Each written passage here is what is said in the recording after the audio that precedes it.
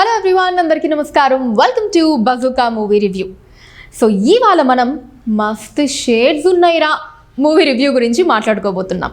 So ఇప్పటి వరకు మంచి కామెడీ పాత్రల్లో నటించినటువంటి అభినవ్ గోమటం తొలిసారిగా లీడ్ రోల్లో నటించిన మూవీ మస్త్ షేడ్స్ ఉన్నాయిరా. ఇక తిరుపతి రావు దర్శకత్వం వహించిన ఈ చిత్రంలో వైశాలి రాజ్ హీరోయిన్గా నటించారు. ఇక ఈ మూవీ ఎలా ఉంది అన్నది ఇప్పుడు తెలుసుకుందాం. మనోహర్ అంటే మన అభినవ్ గోమటం ఒక ఆర్టిస్ట్ అన్నమాట. పెళ్లి రోజున పెళ్లి కూతురు పారిపోవటంతో అతని లైఫ్ అప్ అండ్ డౌన్ అవుతుంది. ఇక మన మనోహర్ చదువుకోలేదు, జీవితంలో సెటిల్ అవ్వకపోవటంతో పెళ్లి కూతురు వేరే వ్యక్తితో పారిపోతుంది. బంధువులు అతన్ని చిన్న చూపు చూస్తారు. ఇక ఈ ఇన్సిడెంట్తో మనోహర్ అప్సెట్ ప్రింటింగ్ షాప్ని పెట్టాలని నిర్ణయించుకున్నాడు. దానికోసం ఫోటోషాప్ నేర్చుకోవడానికి కూడా ట్రై చేస్తాడు. ఇక ఉమా అంటే వైశాలి రాజ్ ఇన్స్ట్రక్టర్గా ఉన్న కోచింగ్ ఇన్స్టిట్యూట్లోనే మనోహర్ చేరతాడు. మనోహర్కి రాహుల్ అంటే మన అలీ రజాతో గొడవలుంటాయి. మనోహర్ జీవితంలో తర్వాత ఏం జరిగింది అనేదే మన స్టోరీ. ఇక అభినవ్ గోమటం తన కంఫర్ట్ జోన్ నుండి బయటకొచ్చి తన నటనతో ఆకట్టుకున్నాడు. అతని పాత్రలో ఎలాంటి కామెడీ యాంగిల్ కూడా లేదు. అయినప్పటికీ అభినవ్ నటుడిగా తన నటనతో తనదైన ముద్ర వేశాడు.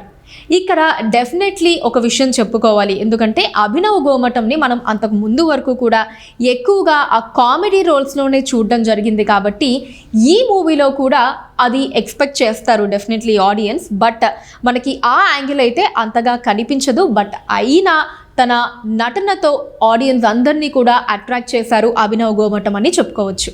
ఇక ఖచ్చితంగా మస్తు షేడ్స్ ఉన్నాయిరా అభినవ్ కెరియర్లో మరో యాంగిల్ను ప్రదర్శిస్తుందని చెప్పాలి.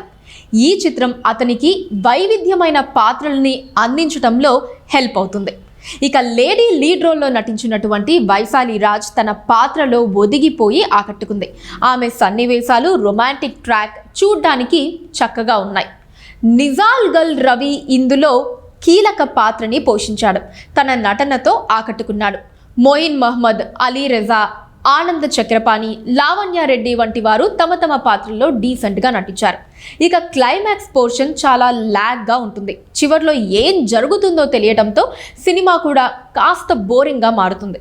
సినిమాలో చాలాసార్లు చర్చించబడిన ఇన్ఫీరియారిటీ కాంప్లెక్స్ను క్లారిటీగా ప్రజెంట్ చేయడంలో డైరెక్టర్ కొంతవరకు తడబడ్డారని చెప్పాలి. ఇక సంజీవ్ సంగీతం మినహా ఇతర సాంకేతిక అంశాలు చాలా తక్కువ స్థాయిలో ఉన్నాయి. పాటలు బాగున్నాయి, బ్యాక్గ్రౌండ్ స్కోర్ డీసెంట్గా ఉంటుంది. ఇక సినిమాటోగ్రఫీ, నిర్మాణ విలువలు ఇంకా బాగుంటే మూవీ బాగుండేది.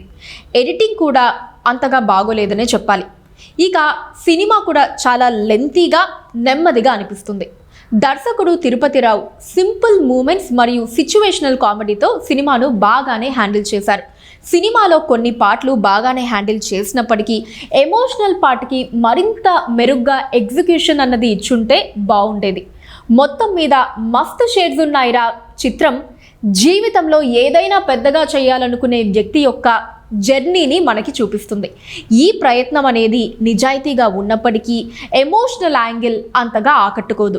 సినిమాను వేరే లెవెల్కి తీసుకువెళ్ళటంలో ఎమోషనల్ డెప్త్ అనేది ఉంటే ఇంకా బాగుండేది, ఎక్కువ మంది ఆడియన్స్కి కనెక్ట్ అయి ఉండేది. ఇక అభినవ్ గోమటం ఒక డిఫరెంట్ రోల్ని ప్లే చేశాడు. తన నటనతో ఆకట్టుకున్నాడు. ఇక ఇప్పుడు ప్లస్లు అండ్ మైనస్ల గురించి మాట్లాడుకుందాం.